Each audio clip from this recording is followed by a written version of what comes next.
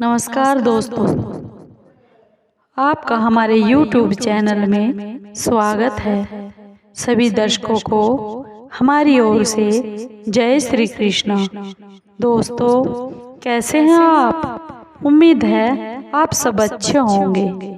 आइए जानते हैं आज का टॉपिक है गरुड़ पुराण के अनुसार वैतरणी नदी कहाँ है और वह कैसी दिखती है।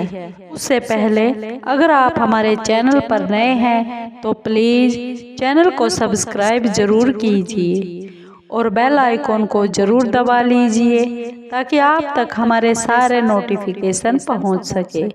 दोस्तों, आपका एक सब्सक्राइब भी हमारे लिए बेहद मायने रखता है। आइए आज की कहानी आज का ये टॉपिक बहुत ही ज्ञानवर्धक और प्रेरणादायक है, बहुत ही प्यारा है। आइए जानते हैं इस रहस्य को। गरुड़ पुराण के अनुसार वैतरणी नदी कहाँ है और वह कैसी दिखती है। दोस्तों, हमारे हिंदू पुराणों और हमारे हिंदू ग्रंथों के अनुसार सृष्टि के आरंभ से ही इस धरती लोक पर ये जीवन चक्र चला आ रहा है और इस धरती लोक पर जिसने भी जन्म लिया है उसे एक न एक दिन मरना ही पड़ता है। और ऐसा माना जाता है कि मौत के बाद आत्मा यमदूत अपने साथ अपने यमलोक में लेकर जाते हैं, परंतु पृथ्वी लोक से यमलोक की ये यात्रा उस जीवात्मा के लिए बेहद कठिन मानी जाती है, जिसका वर्णन हमारे गरुड़ पुराण में किया गया है। गरुड़ पुराण के अनुसार मृत्यु के बाद यमलोक में जीवात्मा को कई मार्गों से अनेक प्रकार की बाधाओं का सामना करना पड़ता है और इन्हीं बातों में से एक यमलोक के मार्ग में पड़ने वाली यह है वैतरणी नदी। दोस्तों, ऐसा भी माना जाता है कि पुण्य आत्मा जिसने अच्छे कर्म किए हैं, सत्कर्म किए हैं, वह तो इस नदी को बहुत ही आसानी से पार कर लेते हैं। लेकिन जो पापी आत्मा है, जिन्होंने बहुत बुरे कर्म किए हैं, वह इस नदी में बहुत तरह की यातनाओं को झेल कर आगे जाना पड़ता है। और वैतरणी नदी उन जीवों के लिए बहुत ही दुखदायी और कष्टकारी है। गरुड़ पुराण के धर्म कांड के अध्याय में इस कथा का वर्णन किया गया है।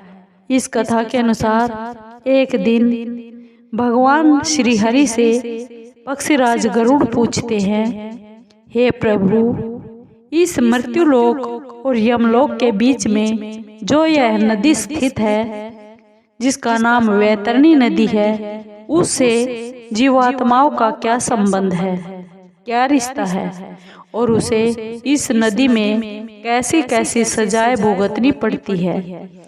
पापी आत्मा इस नदी को कैसे पार करते हैं। भगवान श्री हरि गरुड़ से बोले, हे गरुड़, यमलोक के मार्ग में स्थित यह वैतरणी नदी देखने में बहुत ही रौद्र है, भयानक है, और जो भी पापी आत्मा अपनी मृत्यु के बाद इस नदी से होकर गुजरती है, उसे बहुत भयभीत कराती है, बहुत डराती है।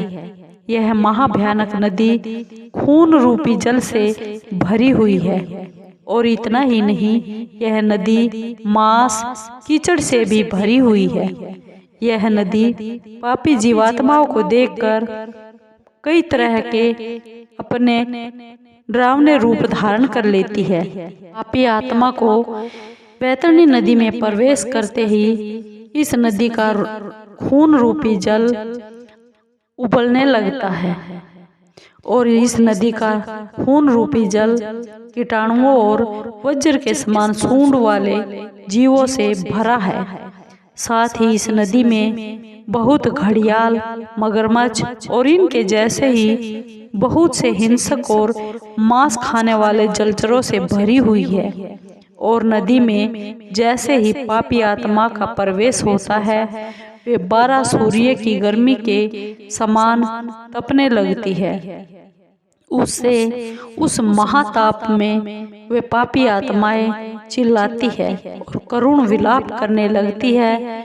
उस ताप के कारण पापी आत्मा अपनों को पुकारती है, और जब उसके पास कोई भी अपना वापस नहीं आता तो वह भयंकर गर्मी में तड़पने लगती है और इधर उधर भागने लगती है।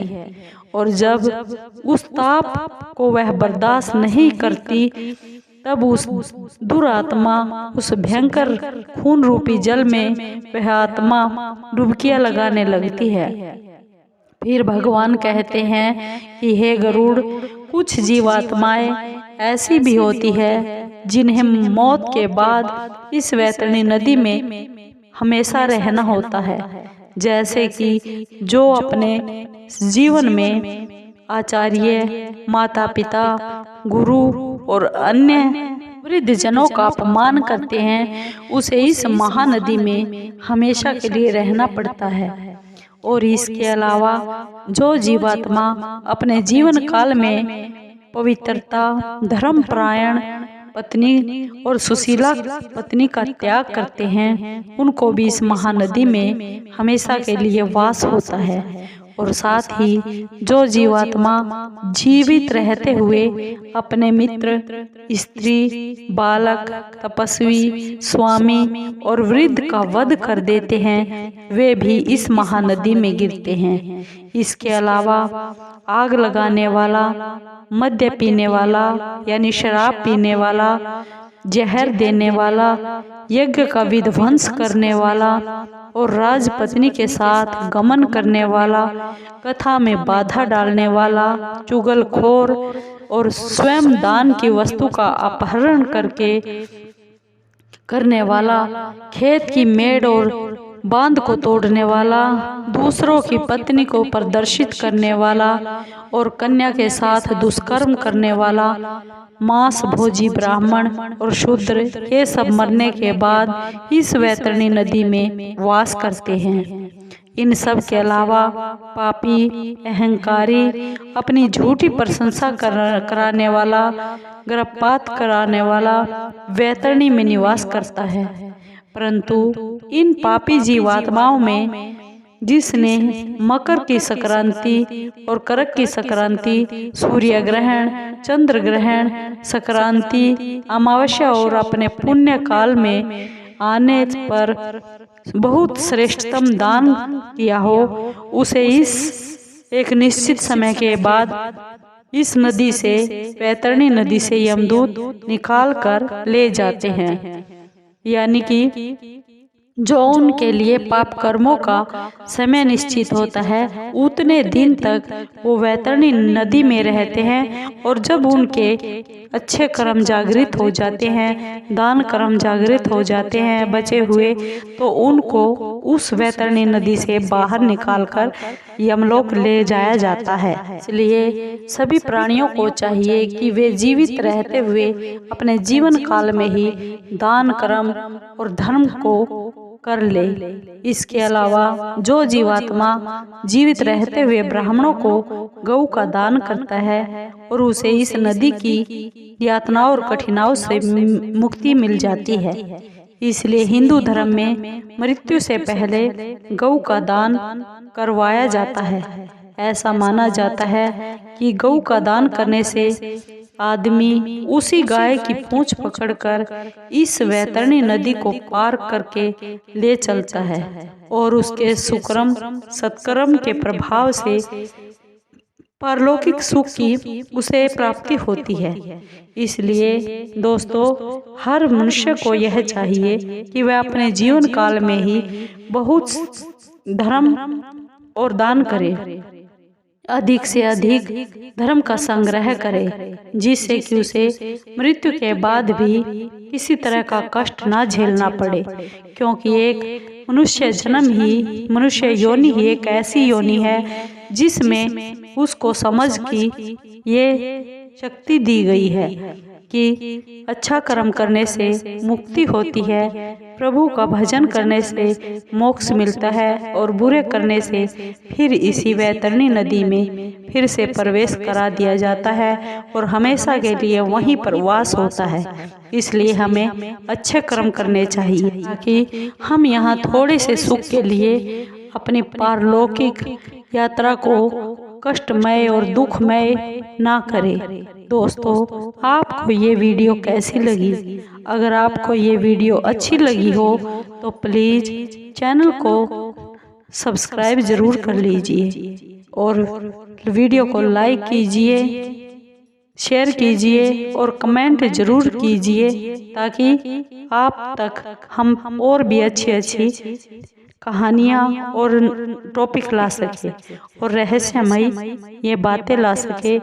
दोस्तों, धन्यवाद।